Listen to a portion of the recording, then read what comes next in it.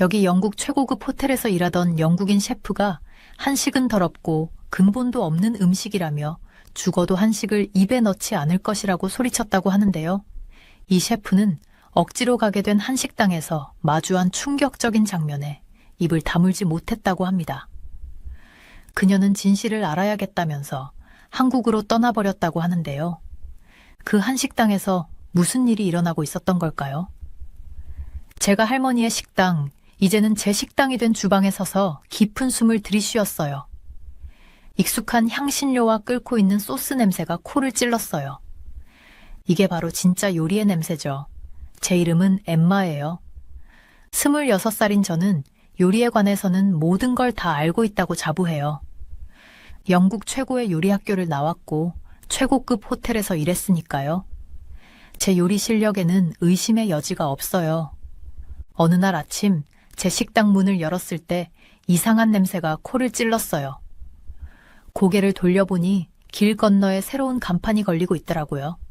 서울푸드, 정통 한국 요리라고요. 순간 코웃음이 나왔어요. 정통이라고? 양념이나 잔뜩 넣은 게 무슨 정통이야. 저는 중얼거렸어요. 저런 요리가 우리 동네에서 먹힐 리가 없어. 그런데 제 예상과는 달리 그 한국 식당은 날이 갈수록 번창했어요. 손님들이 줄을 서서 기다리는 걸 보고 있자니 속에서 화가 치밀어 올랐어요. 저 사람들 도대체 뭘 모르는 거야? 저런 음식을 진짜 요리라고 생각하다니. 저는 제 식당 메뉴를 고집했어요. 클래식한 영국 요리와 프랑스 요리가 줄을 이뤘죠. 이게 바로 진정한 요리예요. 양념 범벅이 된 한국 음식 같은 건 요리라고 할 수도 없어요. TV 프로그램 제안이 왔을 때 저는 망설였어요. 백인의 심사위원에게 요리를 평가받는 경연 프로그램이었어요. 저는 방송을 타는 것을 별로 좋아하지 않았죠. 하지만 이건 제 실력을 보여줄 좋은 기회라고 생각했죠.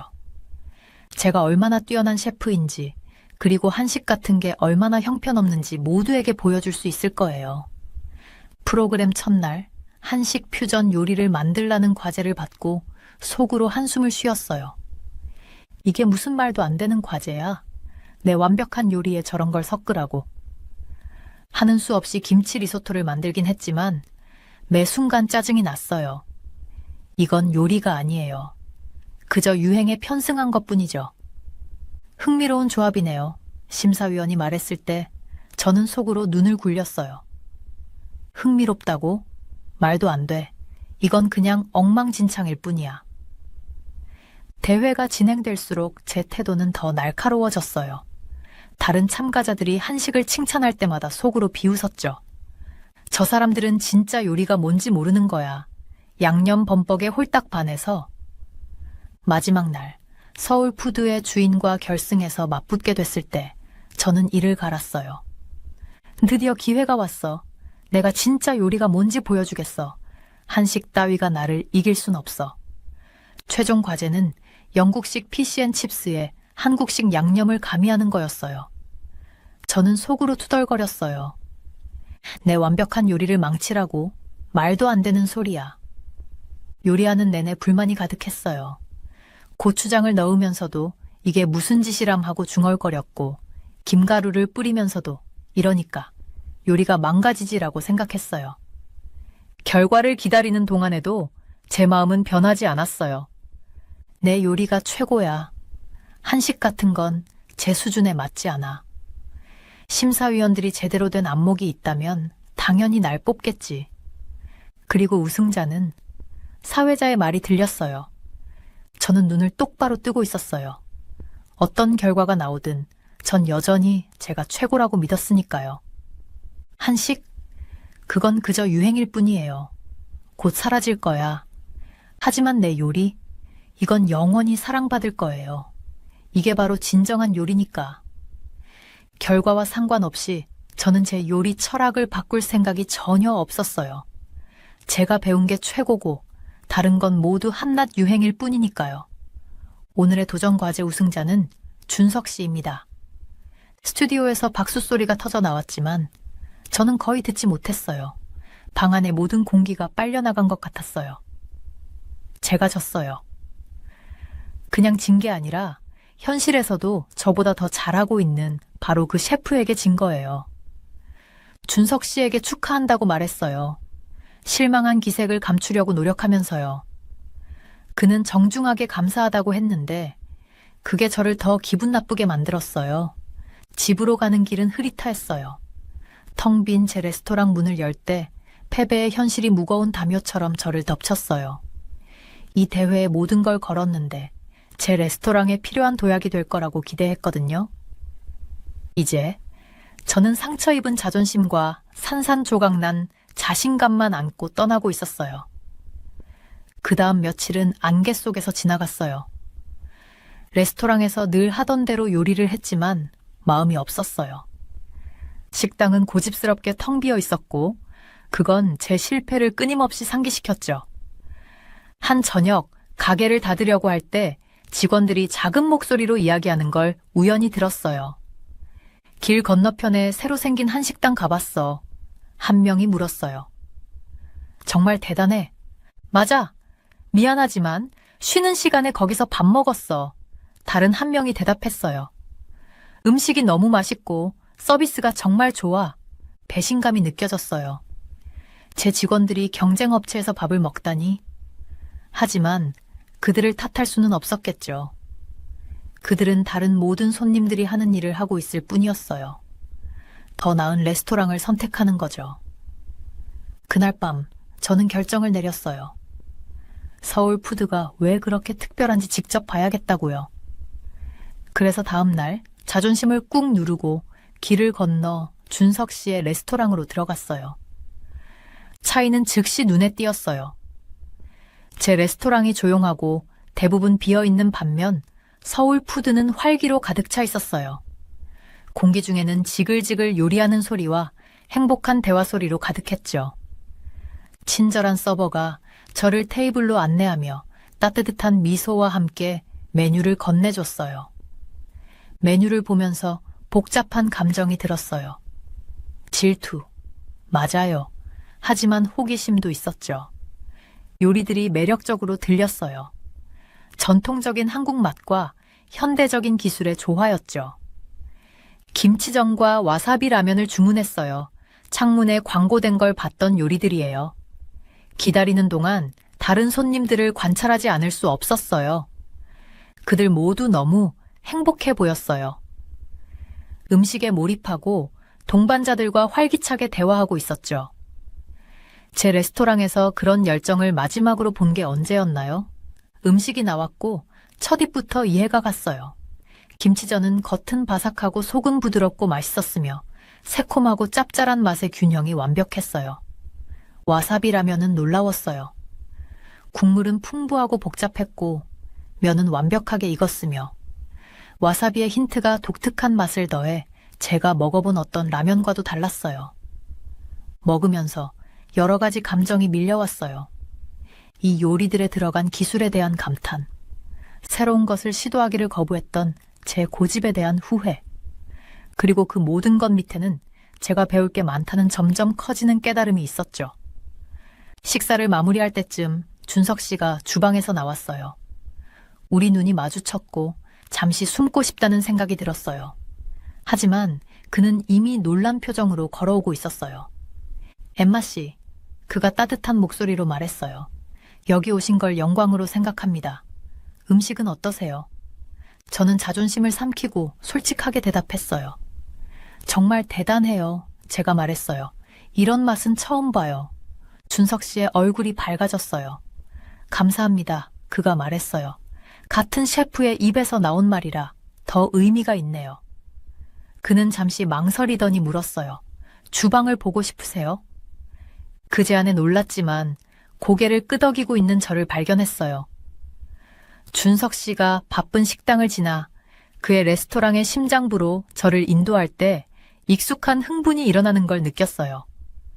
주방은 활동의 소용돌이였고 셰프들은 숙련된 정확성으로 움직이며 아름다운 요리를 하나씩 만들어내고 있었어요. 여기가 마법이 일어나는 곳이에요. 준석 씨가 자부심을 담아 말했어요. 모든 요리는 전통적인 한국 맛과 현대적인 기술의 조화예요. 과거를 존중하면서 미래를 받아들이는 거죠. 셰프들이 일하는 걸 지켜보면서 뭔가가 제자리를 찾았어요. 이건 단순히 맛있는 음식에 관한 게 아니었어요. 열정에 관한 거였죠. 모든 요리에 마음과 영혼을 쏟아붓는 것에 관한 거였어요. 손님들에게 단순한 식사가 아닌 경험을 만들어주는 거였죠. 준석 씨에게 돌아서며 목이 메었어요. 감사합니다. 제가 말했어요. 이걸 보여주셔서요. 저는 제가 왜 셰프가 되었는지 잊어버린 것 같아요. 준석 씨의 표정이 부드러워졌어요. 우리 모두 때때로 그래요. 그가 말했어요. 중요한 건 다시 그 길을 찾는 거죠. 그날 밤 서울 푸드를 떠나면서 제 머릿속은 정신없이 돌아가고 있었어요. 패배감을 안고 그 레스토랑에 들어갔는데 예상치 못한 것을 안고 나오고 있었어요. 희망이요. 그리고 아이디어의 시작이었죠. 준석 씨를 따라하려고 해서는 그와 경쟁할 수 없을 거예요. 하지만 어쩌면, 정말 어쩌면 그에게서 배울 수 있을지도 몰라요. 어쩌면 제 열정을 다시 찾을 때가 된 걸지도 몰라요. 같은 에너지와 창의성을 제 요리에 불어넣을 방법을 찾을 때가 된 거죠. 다음 날 아침에 일어났는데 몸에 새로운 에너지가 넘치더라고요. 서울 푸드에 다녀온 게 제 눈을 뜨게 해줬고 저는 변화를 만들기로 결심했어요. 큰 변화 말이에요. 평소보다 일찍 제 식당에 도착했는데 머릿속에 아이디어가 가득했어요. 제일 먼저 한 일은 직원들을 모아 회의를 하는 거였죠. 자, 직원들의 궁금해하는 얼굴을 보며 말했어요. 우리 좀 판을 바꿔볼 거예요. 서울 푸드에서의 경험을 설명하면서 직원들의 표정이 놀람에서 관심으로 바뀌는 걸 봤어요. 우리가 지금까지 제자리 걸음을 하고 있었어요. 인정했죠. 이제 뭔가 새로운 걸 시도할 때예요. 그 후 몇 주 동안 우리는 요리 모험을 시작했어요. 직원들에게 실험해보라고 하고 자기 아이디어를 내보라고 했죠. 처음엔 작게 시작해서 영국 전통 요리와 세계 각국의 맛을 섞은 퓨전 요리를 만들어 봤어요. 우리의 첫 시도는 한국식으로 변형한 shepherd 파이였어요. 전통적인 양고기 대신 불고기 스타일의 쇠고기를 썼고 김치 으깬 감자를 층으로 쌓고 고추장 그레이비 소스를 얹었죠. 몇 안 되는 손님들에게 인기가 있어서 우리를 더 밀어붙이게 했어요. 그 다음엔 변형된 풀잉글리시 브렉퍼스트를 만들었어요. 김치를 곁들이고 고춧가루로 맛을 낸 구운 콩을 서빙했죠. 익숙한 맛과 이국적인 맛의 조화가 손님들의 뭔가를 자극한 것 같았어요. 천천히 하지만 확실하게 소문이 퍼지기 시작했죠. 실험을 하면서 요리에 대한 사랑에 다시 빠지게 됐어요. 새로운 요리를 만들고 예상치 못한 방식으로 맛을 조합하는 설렘이 제가 왜 요리사가 됐는지를 다시 상기시켜줬어요. 하지만 우리의 노력에도 불구하고 새 손님을 끌어들이는 데는 여전히 어려움을 겪고 있었어요. 서울 푸드의 그림자가 크게 드리워져 있었고 그들의 성공은 우리가 얼마나 멀리 가야 하는지를 계속 상기시켜줬죠. 어느 날 저녁 가게 문을 닫으려는데 준석 씨도 길 건너에서 같은 일을 하고 있는 걸 봤어요. 충동적으로 그를 불렀죠. 준석 씨, 잠깐 시간 있으세요? 그는 놀란 듯 보였지만 고개를 끄덕이며 길을 건너 제게 왔어요. 에마 씨, 어떻게 지내세요? 저는 깊이 숨을 들이쉬었어요. 제안 하나 드리고 싶은데 협업에 관심 있으세요? 준석 씨의 눈썹이 치켜 올라갔어요. 협업이라고요? 네, 말하면서 아이디어가 떠올랐어요. 특별한 저녁 식사 행사요. 준석 씨의 한식과 제 영국 요리를 퓨전으로 만드는 거예요. 어떠세요? 잠시 준석 씨가 침묵하는 동안 제가 선을 넘었나 걱정됐어요. 하지만 그의 얼굴에 천천히 미소가 퍼졌어요. 재밌겠네요. 그가 말했어요. 한번 해봐요. 그 후 몇 주 동안 준석 씨와 저는 긴밀히 협력해서 퓨전 메뉴를 계획했어요. 정말 놀라운 경험이었죠. 한국 재료와 조리법에 대한 그의 지식이 제가 배운 유럽 요리법과 예상치 못한 방식으로 어우러졌어요. 김치버블 앤 스퀵, 불고기를 채우고 고추장 그레이비를 얹은 요크셔 푸딩, 소주에 적신 스폰지와 유자 커드로 층을 낸 트라이플 같은 요리를 만들었어요. 각 요리는 익숙한 것과 이국적인 것의 완벽한 균형을 이뤘고 우리의 요리 배경이 진정으로 융합된 거였죠. 행사 당일 밤 우리 두 식당 모두 손님들로 가득 찼어요. 양쪽 식당에서 같은 메뉴를 내기로 했고 우리 팀들이 협력해서 요리를 준비했죠. 분위기는 전기가 흐르는 것 같았어요. 흥분한 손님들의 웅성거림과 우리의 독특한 요리에서 나오는 향기로 가득했죠. 주방을 오가며 필요한 곳을 도와주고 손님들과 대화를 나누면서 몇 년 만에 처음으로 느끼는 기쁨을 느꼈어요. 이게 바로 요리사가 된다는 거구나. 경험을 만들고 음식을 통해 사람들을 하나로 모으는 거. 우리의 대표 요리 중 하나는 와사비 라면이었어요. 준석 씨가 그의 풍부하고 복잡한 국물 비법을 가르쳐줬고 저는 집에서 만든 와사비 페이스트로 독특한 맛을 더했죠. 손님들은 극찬을 했고 많은 이들이 지금까지 먹어본 것 중 최고의 라면이라고 말했어요. 한국식 치킨 윙도 데이트였어요. 고추장, 간장, 꿀을 섞은 소스에 재워 2번 튀겨 더 바삭하게 만들었죠. 준석 씨의 지도로 만든 단무지와 함께 냈어요. 매콤하고 달콤하고 새콤한 맛의 조화에 사람들이 2번, 3번씩 주문하더라고요. 하지만 아마도 가장 인기 있었던 요리는 김치버거였을 거예요. 전통적인 영국식 쇠고기 패티 위에 김치, 계란 프라이, 고추장 마요네즈를 얹었죠. 구운 마늘을 넣어 만든 수제, 브리오슈번에 넣어냈어요. 맛의 조화가 놀라웠고 곧 행사의 화제가 됐어요. 밤이 깊어갈수록 손님들의 반응에 계속 놀랐어요. 그들은 단순히 먹기만 한 게 아니라 음식과 교감하고 있었어요. 재료와 조리법에 대해 질문하고 서로 음식을 나눠 먹으며 맛에 대해 이야기를 나눴죠.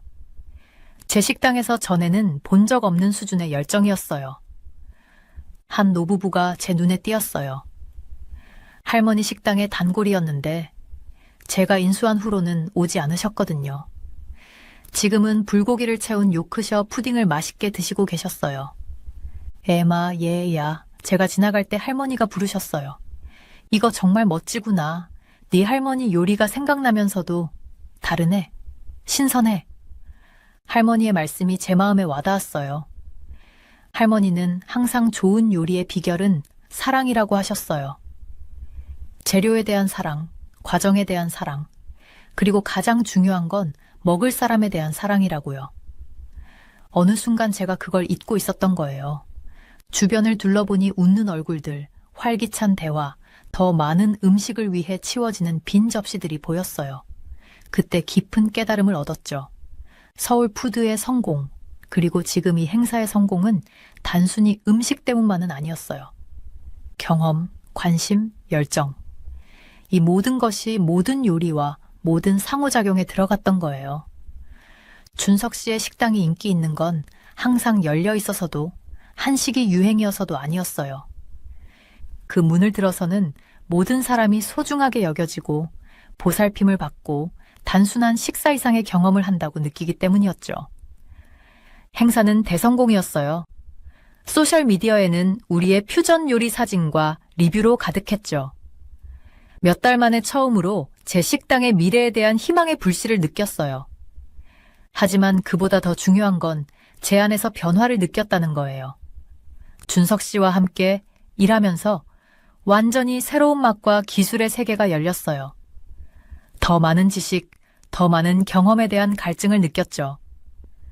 그날 밤 마지막 손님이 떠나고 청소를 마친 후 준석 씨와 저는 소주 한 병을 놓고 축하의 자리를 가졌어요.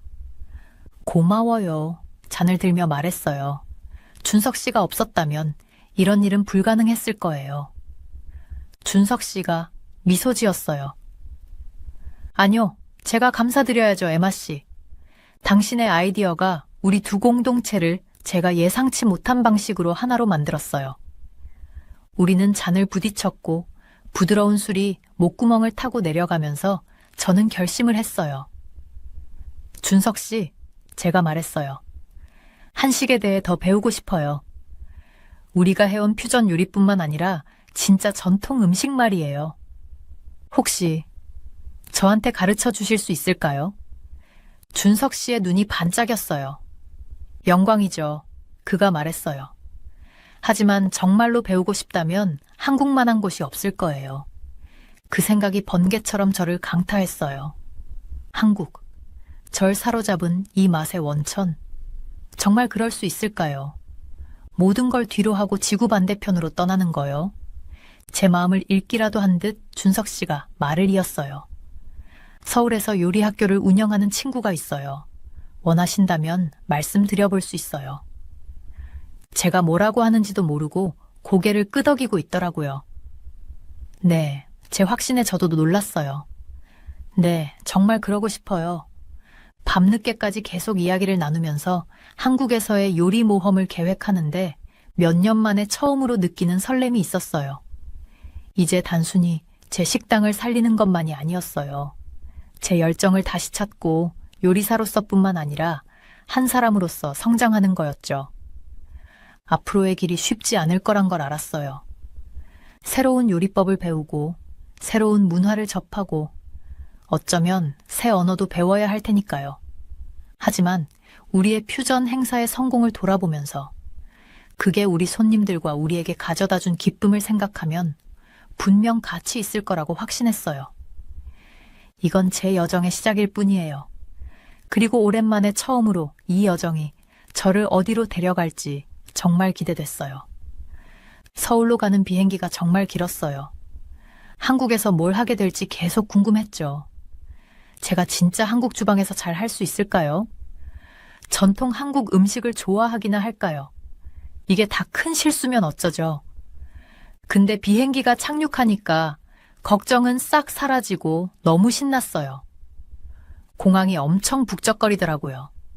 한국어랑 영어로 된 표지판이 있었고요. 공기도 뭔가 달랐어요. 가능성으로 가득한 느낌? 입국 심사 통과하고 도착장으로 나가니까 제 이름이 적힌 팻말 든 웃는 여자분이 계시더라고요. 그분이 엠마 씨? 하면서 살짝 고개를 숙이셨어요. 저는 요리학교에서 온 민서예요. 한국에 오신 걸 환영해요. 공항에서 서울 시내로 가는 동안 도시 모습에 완전 매료됐어요.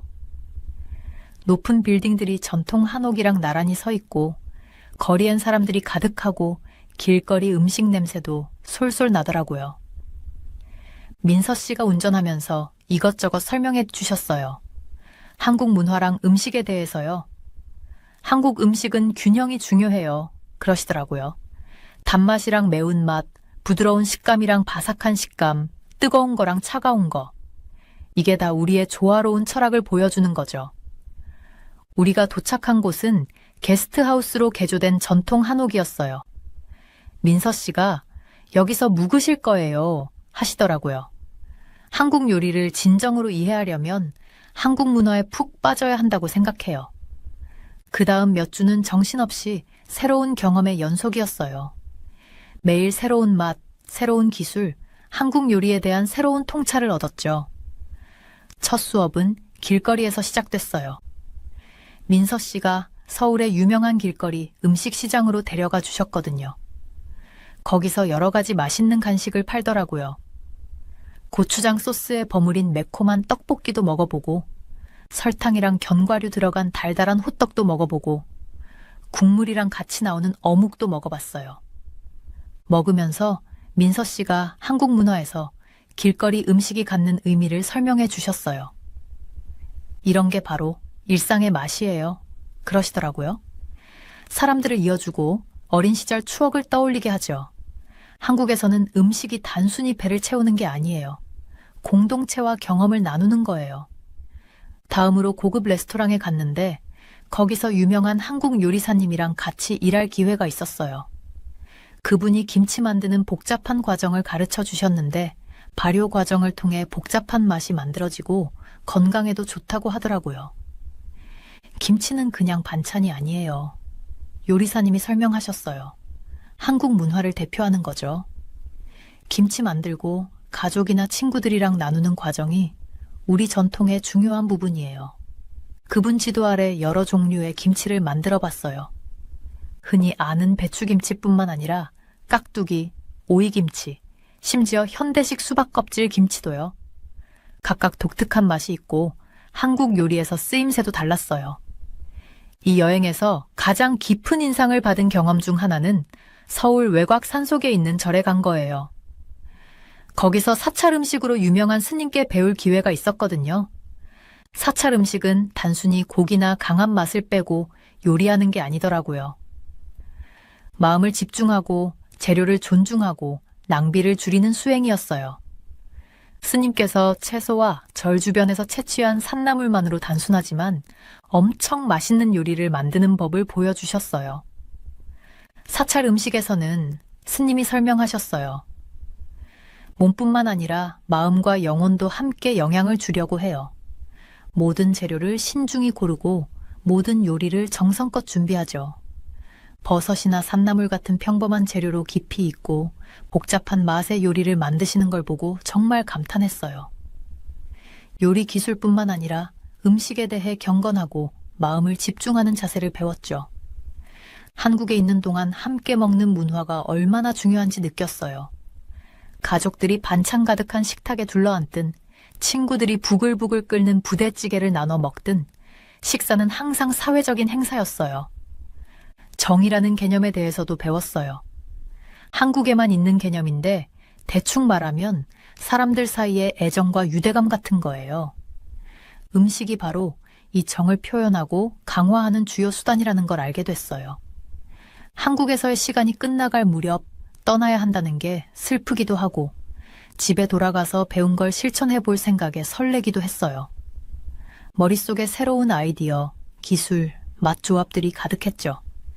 영국에 돌아와서 새로운 열정으로 레스토랑에 활기를 불어넣었어요. 한국에서의 경험을 바탕으로 메뉴, 인테리어, 심지어 서비스 방식까지 완전히 바꿨죠. 각 식사 시작 때 여러 가지 반찬을 내기 시작했어요. 손님들이 다양한 맛과 식감을 경험할 수 있게요. 쌈 요리도 선보였는데 여러 가지 채소와 양념을 내서 손님들이 직접 고기나 해산물을 싸 먹을 수 있게 했죠. 가장 인기 있는 새 메뉴 중 하나는 한국의 부대찌개와 영국의 썬데이 로스트를 합친 거예요. 좋은 영국산 소고기와 소시지를 사용하고 김치, 라면, 진한 고추장 베이스 국물을 더했어요. 테이블에서 보글보글 끓여내서 손님들이 함께 나눠 먹으며 대화를 나눌 수 있게 했죠. 한국을 둘러보는 맛 여행 같은 코스 요리도 선보였어요. 길거리 음식에서 영감을 받은 전체 요리부터 사찰 음식 스타일의 채소 요리, 한국 궁중 요리를 현대적으로 해석한 요리까지요.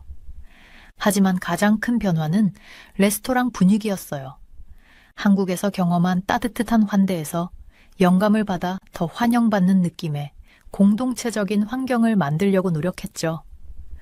여러 명이 함께 먹는 스타일의 메뉴도 도입하고 테이블 간 교류도 장려했어요. 반응이 정말 대단했어요. 소문이 빨리 퍼져서 곧 몇 주 전부터 예약이 꽉 찼어요. 음식 평론가들도 우리의 혁신적인 한국, 영국 퓨전 요리와 독특한 식사 경험 만들기에 대해 칭찬을 아끼지 않았죠. 이런 성공에 힘입어 특별한 테마 디너도 열고 다른 셰프들과도 협업하기 시작했어요. 길거리 음식의 밤이라고 해서 레스토랑을 한국의 야시장처럼 꾸미고 포장마차랑 전통놀이도 준비했죠. 사찰 음식 체험도 인기 많았는데 한국 불교 요리에서 영감받은 여러 코스의 채식 요리를 내고 명상이랑 다도 체험도 같이 했어요. 가장 신나는 협업 중 하나는 준석 씨가 한국에서 방문했을 때예요. 같이 한국과 일본 요리의 장점을 살린 메뉴를 만들었죠. 김치 올린 오코노미야키, 불고기 스시롤, 말차 빙수 디저트 같은 요리들이 이 두 요리 전통의 아름다운 조화를 보여줬어요. 몇 달이 지나면서 이 새로운 방향에 점점 더 빠져들었어요. 이제는 음식만이 아니라 경험을 만들고 사람들을 모으고 셰프로서 계속 배우고 성장하는 것에 관한 거였죠. 어느 날 저녁 주방에서 북적거리는 식당을 바라보며 1년 전에 제 모습을 떠올렸어요. 텅 빈 테이블들, 재정난, 요리에 대한 열정 상실. 그때와 지금은 정말 달랐죠. 민서 씨가 한국에서 첫날 하신 말씀이 생각났어요. 한국 음식은 균형이 전부예요. 이 균형을 찾으면서 전통과 혁신 사이, 서로 다른 요리 문화 사이, 몸과 마음의 영양 사이, 레스토랑을 살리고 요리에 대한 사랑도 다시 찾았다는 걸 깨달았어요. 앞치마 메고 또 다른 바쁜 서비스를 준비하면서 깊은 감사함을 느꼈어요. 제가 겪은 여정, 그 과정에서 저를 이끌어주고 지원해준 사람들, 그리고 새로운 가능성의 세계를 열어준 풍부한 요리 전통에 대한 감사요. 주방은 덥고 주문은 밀리고 아직 배울 게 많았지만 직원들에게 지시하고 저녁 서비스에 통제된 혼돈 속으로 뛰어들면서 저도 모르게 미소 짓고 있더라고요. 이거예요. 이 열기, 이 압박감, 이 창의성, 사람들에게 음식을 대접하는 이 기쁨, 이게 바로 제가 있어야 할 곳이었어요. 제 요리 여정은 아직 끝나지 않았어요. 사실 이제 막 시작한 것 같아요. 앞으로 어디로 이어질지 정말 기대돼요. 저는 한국에 가고 싶지 않았습니다. 왜 가고 싶어 했겠습니까? 일본 고등학생인 저는 바다 건너 이웃나라에 대해 부정적인 이야기만 들으며 자랐습니다. 우리나라들 사이의 역사는 복잡하고 아픈 것이었습니다. 적어도 저는 그렇게 생각했습니다. 제 이름은 사츠키이고 16살입니다. 저는 켄도를 좋아합니다. 켄도는 대나무 껌을 사용하는 전통 일본 무술입니다. 어렸을 때부터 제 열정이었죠. 매일 방과 후에 저는 팀과 함께 연습합니다. 우리는 열심히 일하고 많이 땀을 흘리며 대회에서 우승하는 꿈을 꿉니다. 지난달 놀라운 일이 일어났습니다. 우리 켄도 팀이 전국 대회에서 2등을 했습니다. 우리 모두 너무 신이 났습니다. 서로를 껴안고 행복의 눈물을 흘리며 웃음을 멈출 수 없었습니다. 제 인생에서 가장 좋은 날 중 하나였습니다. 하지만 그때 놀라운 일이 있었습니다. 우리 학교가 우리에게 여행으로 보상하기로 한 것입니다. 어디로 갈지 짐작하시겠습니까? 맞습니다. 한국이었습니다. 그 소식을 들었을 때 제 마음이 무너졌습니다. 왜 한국일까요? 저는 의아해했습니다. 다른 곳으로 갈 수는 없었을까요? 제 가장 친한 친구 미나는 흥분했습니다. 사츠키, 믿을 수 있어. 우리가 한국에 가다니. 그녀가 제 손을 잡고 위아래로 뛰며 소리쳤습니다. 저는 억지로 미소를 지었지만 속으로는 불안했습니다. 우리 코치 타나카 선생님께서 우리 모두를 모아 세부사항을 공유하셨습니다. 이것은 멋진 기회예요. 그녀의 눈은 흥분으로 빛났습니다. 여러분은 한국 문화와 역사에 대해 많이 배우게 될 거예요. 잊지 못할 경험이 될 거예요. 제 팀 동료들이 여행에 대해 행복하게 떠들 때 저는 조용히 있었습니다. 제 의심으로 그들의 기쁨을 망치고 싶지 않았습니다. 하지만 불안한 마음을 떨쳐버릴 수 없었습니다. 만약 한국 사람들이 우리가 일본인이라는 이유로 우리에게 못되게 굴면 어쩌지? 음식이 너무 마으면 어쩌지?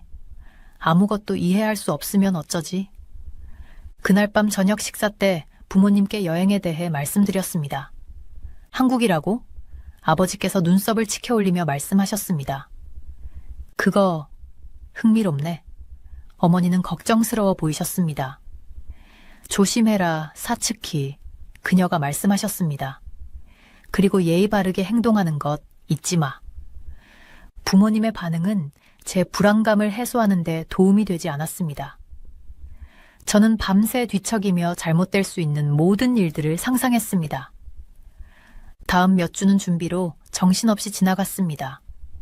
우리는 여권을 받고 가방을 싸고 기본적인 한국어 문구를 배워야 했습니다. 미나는 항상 제 곁에 있었고 흥분으로 가득 차 있었습니다. 기대되지 않아 사츠키. 어느 날 우리가 켄도 동작을 연습하는 동안 그녀가 물었습니다. 저는 어깨를 으쓱했습니다. 그럴지도. 저는 그녀의 눈을 마주치지 않고 중얼거렸습니다. 미나는 대나무 검을 내리고 저를 자세히 바라보았습니다. 무슨 일이야? 여행에 대해 행복해 보이지 않아. 저는 한숨을 쉬었습니다. 제 진짜 감정을 그녀에게 말해야 할까요? 미나는 제 가장 친한 친구였습니다. 그녀에게 솔직할 수 없다면 누구에게 솔직할 수 있을까요? 나는 무서워. 저는 인정했습니다. 역사 수업에서 배운 것 말고는 한국에 대해 아무것도 모르겠어. 그리고 그건 별로 좋은 내용이 아니야. 미나는 참을성 있게 들었습니다. 제가 말을 마치자 그녀는 제 어깨에 손을 얹었습니다. 이해해. 그녀가 부드럽게 말했습니다. 하지만 이것은 새로운 것을 배울 기회일 수도 있어. 역사책이 아닌 우리 눈으로 직접 한국을 볼 수 있는 기회 말이야. 그녀의 말이 저를 생각하게 했습니다. 아마도 그녀가 맞을지도 모릅니다. 아마도 제가 너무 빨리 판단하고 있었을지도 모릅니다. 하지만 여전히 저는 완전히 걱정을 떨쳐버릴 수 없었습니다. 제가 알아차리기도 전에 출발 당일이 왔습니다. 우리는 공항에 모였습니다. 큰 가방을 든 흥분된 10대들이 긴장된 미소를 지으며 모여 있었습니다. 비행기에 탑승하기를 기다리면서 저는 주변의 팀 동료들을 둘러보았습니다. 그들은 모두 너무 행복해 보이고 열정적이었습니다. 이렇게 느끼는 사람은 저뿐이었을까요? 타나카 선생님께서 제 불안감을 눈치채셨습니다. 그녀는 제 옆에 와서 앉으셨습니다. 긴장도에니 사채우키. 그녀가 부드럽게 물으셨습니다. 저는 말을 믿을 수 없어 고개만 끄덕였습니다. 그렇게 느끼는 것은 괜찮아. 그녀가 말씀하셨습니다. 새로운 경험은 무서울 수 있어. 하지만 그것들은 또한 멋질 수 있지. 열린 마음을 가져봐. 그러면 놀랄지도 몰라. 우리가 비행기에 탑승할 때 저는 깊은 숨을 들이쉬었습니다. 이제 시작입니다. 이제 돌이킬 수 없습니다. 저는 흥분으로 거의 튀어오르는 미나 옆에 제 자리를 찾았습니다. 자, 출발이야. 그녀가 제 손을 꼭 잡으며 환하게 웃었습니다. 비행기가 이륙할 때 저는 창밖으로 점점 작아지는 일본을 바라보았습니다. 제 심장은 빠르게 뛰고 있었습니다.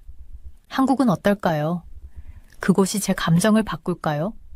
아니면 제 모든 두려움을 확인시켜줄까요? 우리 비행기가 인천국제공항에 착륙했을 때 제 심장은 불안과 호기심이 뒤섞인 채 빠르게 뛰고 있었습니다. 저는 일본을 벗어나 본 적이 없었고 이제 제가 싫어하도록 배워왔던 나라에 도착한 것입니다. 공항에 들어서는 순간 제 눈은 놀라움으로 커졌습니다. 상상했던 것과는 전혀 달랐습니다. 와, 이것 좀 봐. 미나가 제 생각을 그대로 말하듯 외쳤습니다. 정말 미래지향적이야. 그녀의 말이 틀리지 않았습니다. 공항은 거대하고 세련되었으며 믿을 수 없을 정도로 현대적이었습니다. 제가 보는 곳마다 첨단 스크린과 여행객들을 돕는 로봇들, 그리고 예상하지 못했던 효율성이 있었습니다. 인정하기 싫지만 저는 감명받았습니다. 우리가 입국 심사를 통과할 때 저는 그 과정이 얼마나 빠르고 순조로운지에 놀랐습니다. 고향에서는 항상 한국의 일들이 얼마나 무질서한지에 대한 이야기를 들어왔습니다. 하지만 이것은 완전히 정반대였습니다. 와, 사츠키? 그렇게 나쁘지 않지? 타나카 선생님이 아는 듯한 미소로 말씀하셨습니다. 저는 그저 어깨를 으쓱할 뿐이었습니다. 선생님의 말씀이 맞을지도 모른다는 것을 인정하고 싶지 않았습니다. 우리의 가이드인 현 씨가 따뜻한 미소와 함께 친절하게 안녕하세요로 우리를 맞이했습니다. 그는 젊었고 아마도 20대 중반쯤 되어 보였으며 모든 사람을 즉시 편안하게 만드는 친근한 얼굴을 가지고 있었습니다. 저를 제외한 모든 사람을요.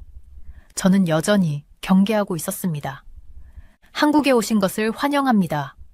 현 씨가 완벽한 일본어로 말했습니다. 멋진 모험을 준비하셨길 바랍니다. 첫 번째 목적지로 가기 위해 지하철을 타보겠습니다. 지하철이라고요? 저는 생각했습니다.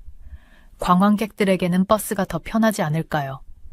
하지만 우리가 역으로 향하면서 저는 현 씨가 왜 이 옵션을 선택했는지 알게 되었습니다. 공항과 도시 사이의 연결이 매끄러웠습니다. 지하철은 깨끗하고 빠르며 믿을 수 없을 정도로 효율적이었습니다. 저는 다시 한번 감명받지 않을 수 없었습니다. 이동하는 동안 현 씨는 한국에 대한 흥미로운 사실들을 공유했습니다. 한국이 세계에서 가장 빠른 인터넷을 가지고 있다는 걸 아셨나요? 그가 말했습니다. 그리고 우리의 지하철 시스템은 세계적으로 가장 광범위하고 현대적인 시스템 중 하나입니다. 저는 처음에 한국에 대한 편견에도 불구하고 열심히 듣고 있는 제 자신을 발견했습니다. 현 씨의 이야기를 들을수록 제가 한국에 대해 실제로 얼마나 적게 알고 있었는지 깨달았습니다. 우리의 첫 번째 정류장은 경복궁이었습니다. 우리가 다가갈 때 저는 숨을 들이쉬지 않을 수 없었습니다. 궁궐은 거대했고 복잡한 디자인과 아름다운 색상을 가지고 있었습니다. 전통 건축과 그를 둘러싼 현대적인 도시의 대비가 인상적이었습니다. 들어가기 전에 현 씨가 말했습니다. 여러분을 위한 특별한 서프라이즈가 있습니다. 그는 우리를 근처 건물로 안내했고 그곳에는 화려한 한복들이 줄지어 전시되어 있었습니다. 이것들을 입고 궁궐 투어 겁니다. 그가 미소를 지으며 설명했습니다. 미나는 기쁨에 겨워 소리를 지르며 즉시 한복을 고르러 달려갔습니다. 저는 옷을 갈아입는다는 생각에 약간 귀찮아서 망설였습니다. 자, 사츠키, 타나카 선생님이 재촉하셨습니다. 로마에 가면 로마법을 따르라고, 그렇지? 저는 아름다운 파란색과 흰색 한복을 골랐습니다. 그것을 입으면서 저는 얼마나 우아해 보이는지 감탄하지 않을 수 없었습니다. 우리 모두가 옷을 입었을 때 우리는 마치 시간을 거슬러 올라간 것 같았습니다. 궁궐 구역에 들어서는 순간은 마법 같았습니다. 고요한 정원, 웅장한 건물들, 그리고 우리를 둘러싼 역사의 감각에 압도가 되었어요. 제 자신도 모르게 저는 이 경험을 즐기고 있다는 것을 깨달았습니다. 다 같이 사진 찍자. 미나가 휴대폰을 꺼내며 말했습니다. 우리가 한복을 입고 궁궐 배경으로 포즈를 취하는 동안 저는 이 장소와 그 문화에 대한 이상한 연결감을 느꼈습니다. 투어 내내 현 씨는 궁과 한국 역사에 대한 이야기를 들려주었습니다. 저는 이전에 무시했던 풍부한 문화에 매료되어 모든 말에 귀를 기울이고 있는 제 자신을 발견했습니다. 하루가 지나면서 저는 제 안에서 무언가가 변하고 있다는 것을 깨달았습니다. 제가 그토록 강하게 붙잡고 있던 편견들이 느슨해지기 시작했습니다. 완전히 놓아버릴 준비는 되지 않았지만 처음으로 그것들에 대해 의문을 제기하고 있었습니다. 그날 밤 우리가 호텔에 정착하면서 저는 제가 보고 경험한 모든 것에 대해 생각하며 잠들지 못했습니다. 한국은 제가 예상했던 것과는 전혀 달랐습니다. 현대적이고 효율적이며 아름다웠습니다. 사람들은 친절했고 자신들의 문화를 자랑스러워했습니다. 저는 휴대폰으로 사진을 스크롤하고 있는 미나에게 돌아섰습니다. 저기, 미나. 제가 망설이며 말했습니다. 내가 한국에 대해 잘못 알고 있었을지도 몰라. 미나는 고개를 들고 미소 지었습니다. 네가 기회를 주고 있다니 기쁘네, 사츠키. 이건 시작일 뿐이야. 우리는 앞으로 더 많은 걸 볼 거야. 저는 단 하루가 제 전체 관점을 바꿀 수 있다고 생각하지 않았습니다. 하지만 경복궁에서 정확히 그런 일이 일어났습니다. 우리가 웅장한 입구를 통과할 때 저는 마치 시간을 거슬러 올라가는 것 같은 기분이 들었습니다. 화려한 세계 지붕과 정교한 목조 구조물은 제가 전에 본 적 없는 것들이었습니다. 정말 아름답지 않니, 사츠키? 미나가 경이로움에 가득 찬 눈으로 속삭였습니다. 저는 고개를 끄덕였습니다. 적절한 말을 찾지 못한 채로요. 아름다웠죠. 그렇습니다. 하지만 동시에 저를 불편하게 만들고 있었습니다. 왜일까요? 정확히 짚어낼 수 없었습니다. 우리가 현 가이드 주변에 모였을 때 타나카 선생님이 저를 옆으로 불렀습니다. 그녀의 표정은 진지했는데 이는 평소 우리의 쾌활한 코치에게서는 보기 드문 모습이었습니다. 사츠키, 내게 말해줄 것이 있어. 그녀가 부드럽게 말씀하셨습니다. 이 궁궐과 우리의 역사에 관한 거야. 제 속이 조여들었습니다. 그녀가 무슨 말씀을 하시려는 걸까요? 타나카 선생님은 깊은 숨을 내쉬고 말씀을 시작하셨습니다. 그녀는 100년도 더 전에 살았던 한국의 여왕인 명성 황후에 대해 말씀해 주셨습니다. 그리고 나서 그녀는 충격적인 사실을 털어놓으셨습니다. 1895년 바로 이 궁궐에서 일본군이 황후를 암살했다는 것이었습니다. 저는 마치 배를 맞은 것 같은 충격을 받았습니다. 하지만 왜 이런 내용이 우리 역사책에는 없나요? 저는 더듬거리며 말했습니다. 타나카 선생님은 슬프게 고개를 저으셨습니다. 때로는 사츠키야, 국가들이 자신들의 과거의 어두운 부분을 숨기려고 해. 하지만 우리가 이런 사건들을 알고 그로부터 배우는 것이 중요해. 저는 그 자리에 서서 머리가 어지러웠습니다. 어떻게 제 나라가 그렇게 끔찍한 일을 저질렀을 수 있을까요? 그리고 왜 저는 이것에 대해 전에 알지 못했을까요? 저는 새로운 시각으로 아름다운 궁궐을 둘러보았습니다. 여기서 일어났던 비극을 상상하며 말이죠. 괜찮아? 미나가 부드럽게 제 팔을 만지며 물었습니다. 저는 고개를 끄덕였습니다. 말을 할 수 있을 것 같지 않았습니다. 제 안에서 휘몰아치는 감정의 폭풍을 어떻게 설명할 수 있을까요? 궁궐 투어의 나머지 시간은 어렴풋이 지나갔습니다. 저는 현의 설명을 들으려고 노력했지만 제 마음은 계속해서 황후와 그녀의 비극적인 운명으로 돌아갔습니다. 경복궁을 떠날 때쯤 저는 기진맥진하고 혼란스러웠습니다. 하지만 하루는 아직 끝나지 않았습니다. 우리의 다음 목적지는 붐비는 쇼핑 지역인 명동이었습니다. 우리가 복잡한 거리를 걸으면서 그곳의 에너지가 서서히 제 기분을 들어올리기 시작했습니다. 와, 사츠키. 미나가 제 손을 잡고 초록색 간판이 있는 큰 상점을 가리켰습니다. 올리브영이야. 이곳에 대해 정말 많이 들었어. 이전의 우울함에도 불구하고 저는 미나의 흥분에 휩쓸리지 않을 수 없었습니다. 우리는 상점에 들어갔고 저는 즉시 다양한 제품들에 압도되었습니다. 화려한 화장품, 스킨케어 제품, 그리고 뷰티 도구들이 모든 선반을 가득 채우고 있었습니다. 친절한 점원이 따뜻한 미소로 우리에게 다가왔습니다. 안녕하세요. 올리브영에 오신 것을 환영합니다. 무엇을 도와드릴까요? 놀랍게도 저는 미소를 지으며 대답했습니다. 그냥 둘러보고 있어요. 감사합니다. 저는 제 부족한 한국어로 대답했습니다. 점원은 제 시도에 활짝 웃었습니다. 한국어를 정말 잘하시네요. 즐거운 쇼핑 되세요. 우리가 통로를 둘러보며 제품을 테스트하고 귀여운 포장에 킥킥 웃으면서 저는 제 안에서 무언가가 변화하는 것을 느꼈습니다. 이곳 사람들은 정말 친절하고 환영하는 분위기였습니다. 그들은 과거에 대해 어떤 원한도 품고 있지 않은 것 같았습니다.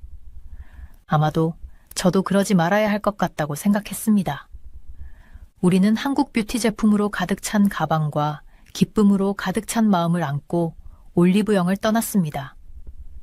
그날은 경복궁에서의 충격부터 명동에서의 단순한 쇼핑의 즐거움까지 감정의 롤러코스터였습니다. 그날 밤 호텔 침대에 누워 저는 제가 경험한 모든 것에 대해 계속 생각했습니다. 배운 역사, 본 아름다움, 마주친 친절, 이 모든 것이 제 마음속에서 소용돌이쳤습니다. 저는 구입한 한국 잡지를 읽고 있는 민에게 고개를 돌렸습니다. 저기, 미나? 응? 그녀가 고개를 들었습니다. 나는 내가 한국에 대해 잘못 알고 있었던 것 같아. 저는 천천히 말했습니다. 미나는 미소 지었습니다. 네가 기회를 주고 있다니 기뻐, 사츠키. 아직 볼 것도 배울 것도 정말 많아. 잠이 들면서 저는 그녀의 말이 맞다는 것을 깨달았습니다. 이것은 한국을 이해하기 위한 제 여정의 시작일 뿐이었습니다. 그리고 우리가 도착한 이후 처음으로 저는 실제로 내일이 가져다 줄 것들을 기대하고 있었습니다. 현지 고등학교에서의 문화교류 날이 다가왔고 저는 흥분과 긴장이 뒤섞인 감정을 느꼈습니다. 학교 정문을 지나면서 일본의 우리 학교와 비슷하면서도 다른 느낌이 든다는 것을 알아차렸습니다. 건물은 현대적이었고 큰 창문과 벽에 그려진 다채로운 벽화가 있었습니다. 한국 학생들의 무리가 우리를 큰 미소로 맞이하며 열정적으로 손을 흔들었습니다. 그들의 환영하는 모습에 저는 놀랐습니다. 지수라는 이름의 한 여학생이 다가와 어설픈 일본어로 말했습니다.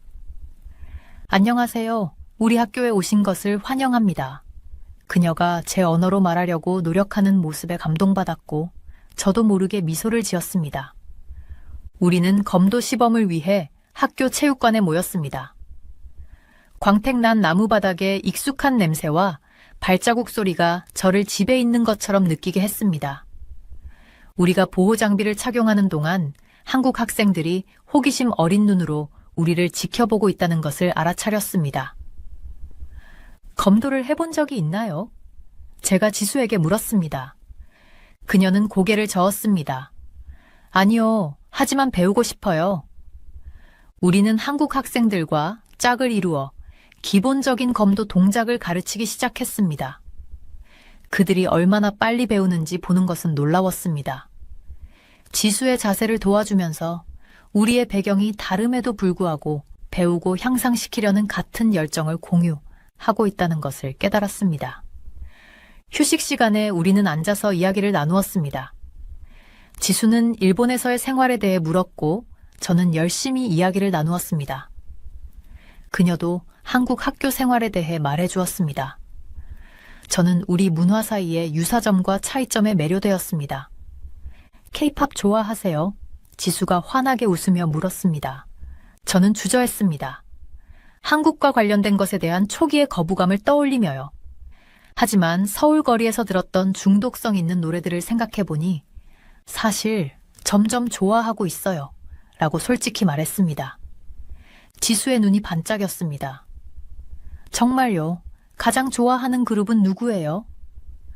저도 모르게 우리는 음악에 대해 깊은 대화를 나누며 웃고 좋아하는 노래를 공유하고 있었습니다. 이렇게 간단한 것으로도 얼마나 쉽게 우리가 연결될 수 있는지 깨달았습니다. 점심시간이 되어 우리는 학교 급식실에서 식사하도록 초대받았습니다. 김치와 구운 고기 냄새가 공기를 가득 채웠습니다. 새로운 음식을 시도하는 것이 긴장되었지만 한국 학생들이 따뜻하게 격려해 주었습니다. 이거 드셔보세요. 지수가 비빔밥 한 숟가락을 건네며 말했습니다. 제가 제일 좋아하는 음식이에요. 한 입 먹어보니 맛에 폭발해 놀랐습니다.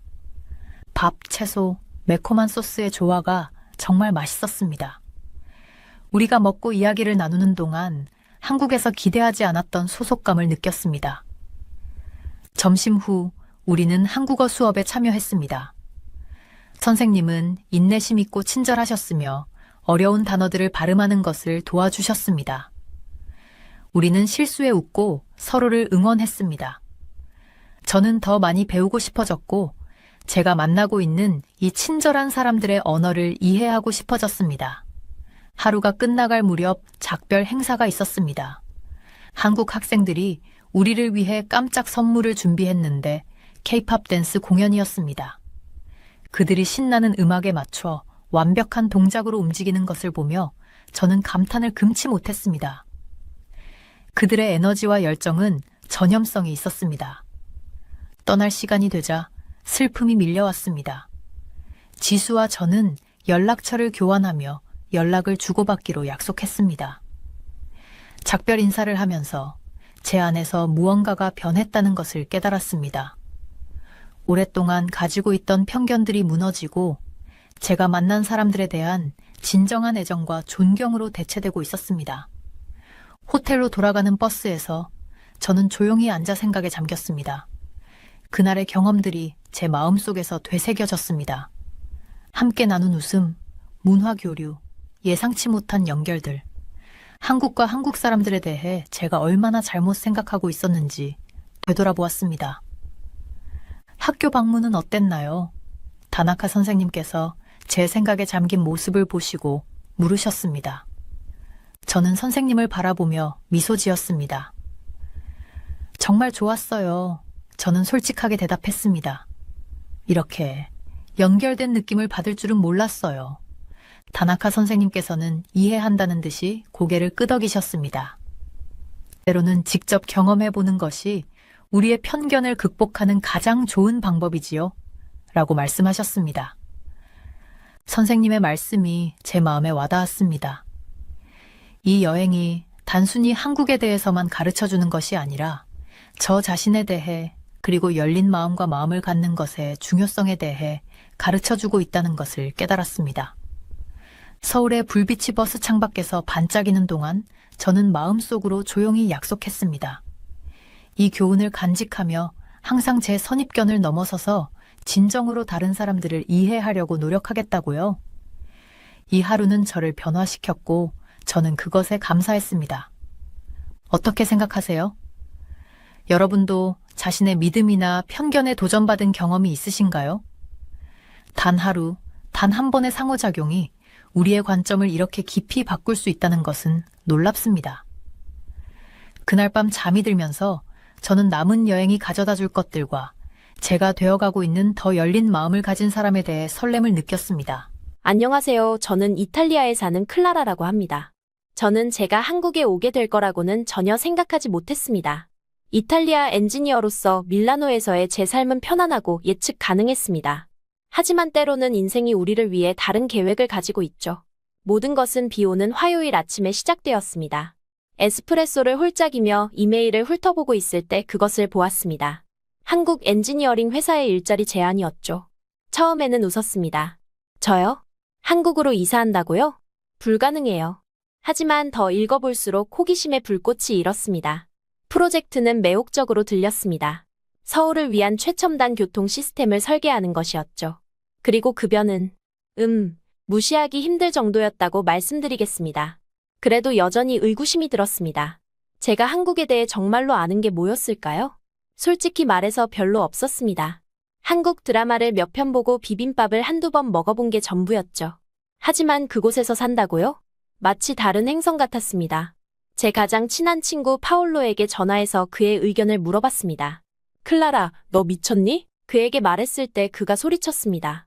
넌 한국어도 못하고 아시아에 가본 적도 없잖아. 어떻게 살아남을 거야? 그의 말이 가슴에 와 닿았지만 한편으로는 그의 말이 맞는지 궁금했습니다. 이것을 고려하는 것조차 어리석은 일이었을까요? 며칠 동안 저는 갈팡질팡했습니다. 한순간은 모험에 대한 흥분으로 가득 찼다가 다음 순간엔 큰 실수를 저지르는 것은 아닐까 하는 공포에 사로잡혔습니다. 낯선 도시에서 길을 잃고 혼자 있는 제 모습을 상상했습니다. 심지어 도로 표지판조차 읽을 수 없는 상황 말이죠. 하지만 그때 할머니께서 자주 하시던 말씀이 떠올랐습니다. 인생은 당신의 편안한 영역 밖에서 시작된단다. 제가 이탈리아 생활에 너무 안주해버린 걸까요?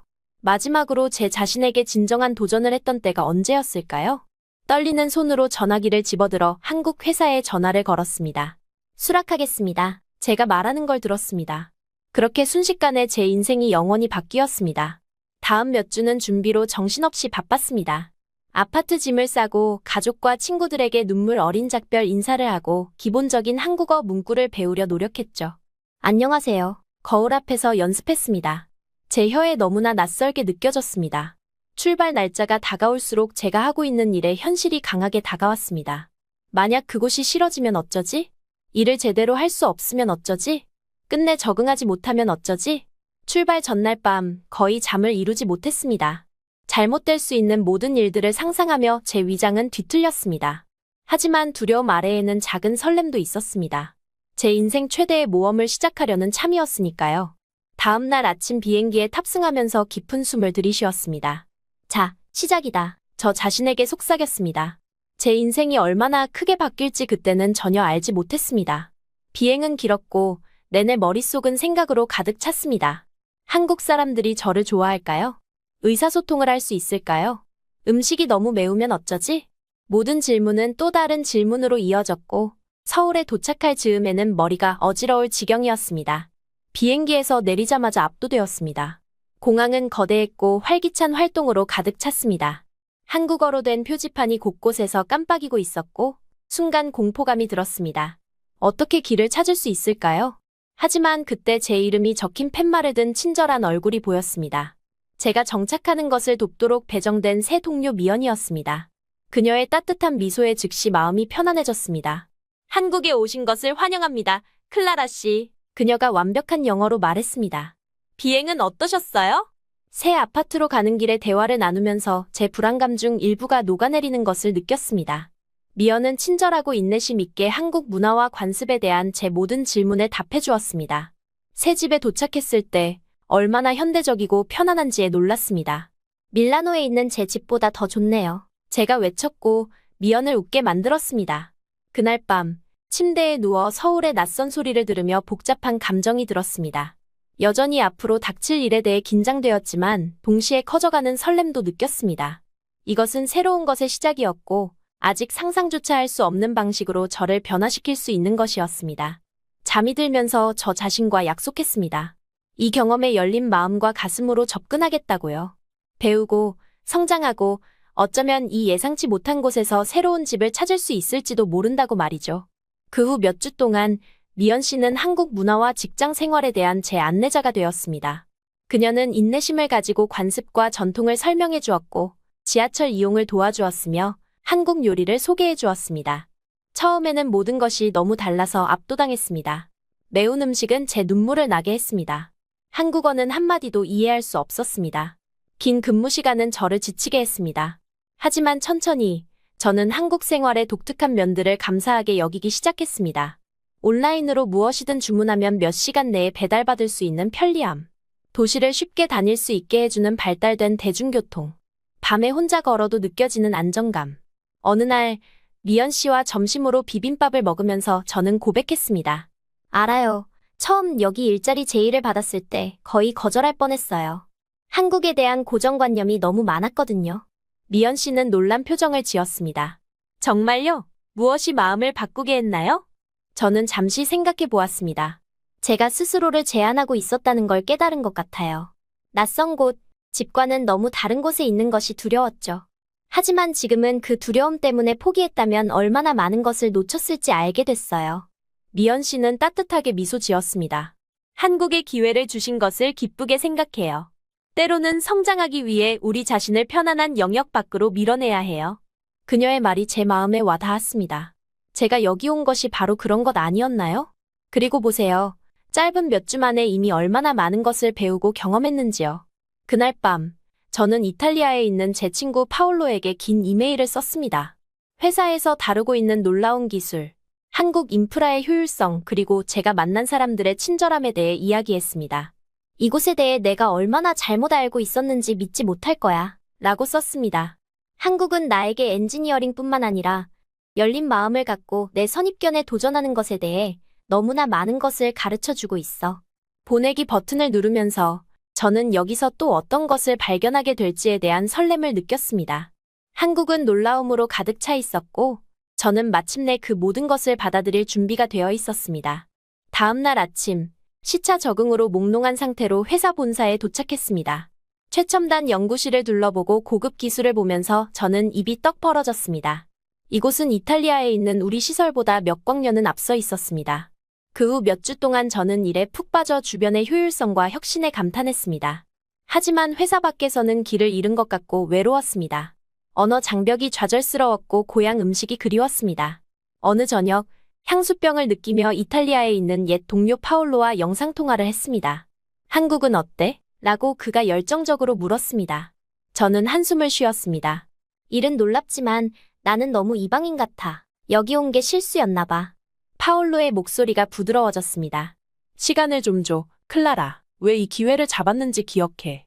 성장하고 자신에게 도전하기 위해서였잖아. 그렇게 쉽게 포기하지 마. 그의 말이 제 마음에 남았습니다. 다음날 점심시간에 혼자 책상에서 먹는 대신 한국인 동료들과 함께 구내식당에 갔습니다. 놀랍게도 그들은 저를 따뜻하게 맞아주었고 이탈리아에 대해 질문을 쏟아내며 김치를 먹는 중간중간 한국어 문구를 가르쳐 주었습니다. 천천히 하지만 확실하게 저는 새로운 경험들의 마음을 열기 시작했습니다. 이상해 보이지만 맛있는 길거리 음식들을 시도해 보았습니다. 고궁과 초현대식 박물관들을 방문했습니다. 심지어 어느 날 밤에는 동료들과 노래방에 가서 잘 모르는 한국 팝송을 열창하기도 했습니다. 날이 갈수록 제 초기의 편견들이 사라지기 시작했습니다. 한국인들이 얼마나 열심히 일하고 열정적인지를 보았습니다. 그것도 단지 일에 대해서만이 아니라 삶 전반에 대해서였죠. 그들의 따뜻함과 환대는 제 마음을 깊이 감동시켰습니다. 어느 주말, 미연 씨가 저를 그녀의 가족 집에 초대해 전통 한국 음식을 대접했습니다. 다채로운 요리들이 가득한 낮은 식탁 주위에 앉아 있으면서 저는 한국에 온 이후 처음으로 소속감을 느꼈습니다. 미연 씨의 어머니는 계속해서 제게 더 먹으라고 권하셨습니다. 너무 말랐어요. 라고 혀를 차시며 제 접시에 갈비와 잡채를 수북이 담아주셨습니다. 맛은 믿을 수 없을 정도로 좋았습니다. 매콤하고 감칠맛 나고 동시에 위로가 되는 맛이었습니다. 저녁 식사 후 미연 씨의 아버지께서 제 일에 대해 물으셨습니다. 제가 참여하고 있는 몇몇 프로젝트에 대해 설명하자 그분의 눈이 자랑스러움으로 빛났습니다. 한국은 짧은 시간에 정말 멀리 왔어요. 그가 말씀하셨습니다. 하지만 우리는 아직 배울 게 많아요. 그래서 클라라 씨 같은 밝은 두뇌가 필요한 거죠. 그의 말씀이 제 마음을 깊이 울렸습니다. 처음으로 저는 이곳에서 진정으로 의미 있는 일을 하고 있다고 느꼈습니다. 저는 더 이상 단순한 이방인이 아니었습니다. 한국의 앞으로의 여정에 동참하고 있었던 것입니다.